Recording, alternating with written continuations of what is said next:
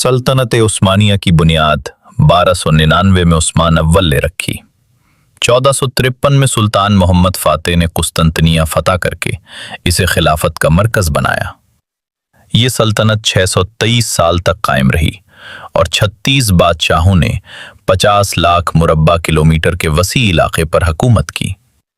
उनकी शान व शौकत का मरकज दूलमा बागचा महल था, जो 35 टन सोने से तैयार हुआ और जहां 4.5 टन वजनी दुनिया का सबसे बड़ा फानूस आज भी उनकी पुरानी ताकत की गवाही देता है।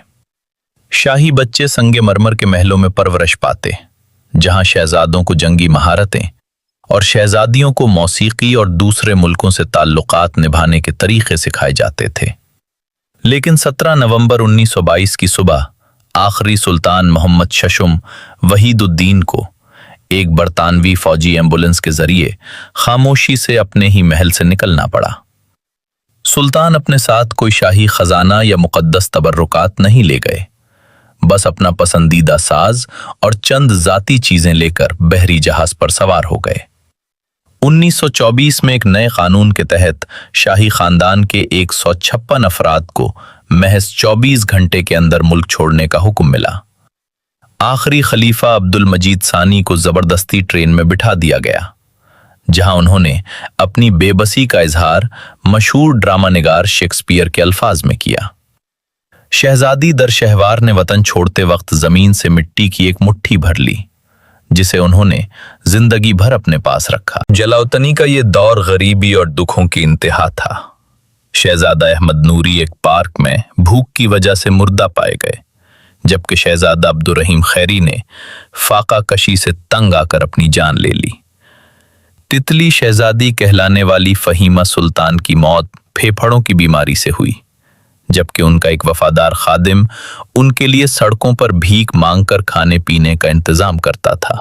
इस मुश्किल वक्त में हैदराबाद दक्कन के हुक्मरान निजाम उस्मान अली खान ने खलीफा को हर माह वजीफा देकर सहारा दिया और अपने बेटों की शादियां उस्मानी शहजादियों से करवाकर खानदान की माली मदद की। सुल्तान वहीदुद्दीन की मौत इटली में हुई, जहां उधार देने वालों ने उनके ताबूत को भी अपने कब्जे में ले लिया था, जिसे बाद में इराक और उर्दून के बादशाहों ने रकम अदा करके छुड़वाया। खलीफा अब्दुल मजीद सानी का जसद खाकी भी 10 साल तक पेरिस की एक मस्जिद में पड़ा रहा, क्योंकि तुर्की ने उन्हें वहां दफन करने की इजाजत नहीं दी। आखिरकार उन्हें मदीना मुनव्वरा के जन्नतुल बकी कब्रिस्तान में जगह मिली। पेरिस के एक मामूली होटल के छोटे से कमरे में रहने वाले शहजादा उस्मान फवाद ने अफसोस से कहा था कि उनके खानदान के लोग तुर्की की याद में आही भरते हुए मर रहे हैं। 1974 में जब मुर्दों को वापसी की इजाजत मिली, तो अर्तुगरुल उस्मान, जिन्हें आखिरी उस्मानी कहा जाता है, न्यूयॉर्क के एक छोटे से मकान से वापस आए। उन्होंने 80 साल तक किसी दूसरे मुल्क की शहरियत कबूल नहीं की, क्योंकि वो खुद को सिर्फ उस्मानी मानते थे। 1990 के बाद जब वो अपने बचपन के घर यानी शाही महल गए, तो उन्होंने किसी खास प्रोटोकॉल के बजाय एक आम सयाह की तरह टिकट खरीदकर अंदर कदम रखा। आज हारून उस्मान ओगलू इस खानदान के 46वें सरबराह हैं, जो दमिश्क से वापसी के बाद इस्तांबुल में रह रहे हैं।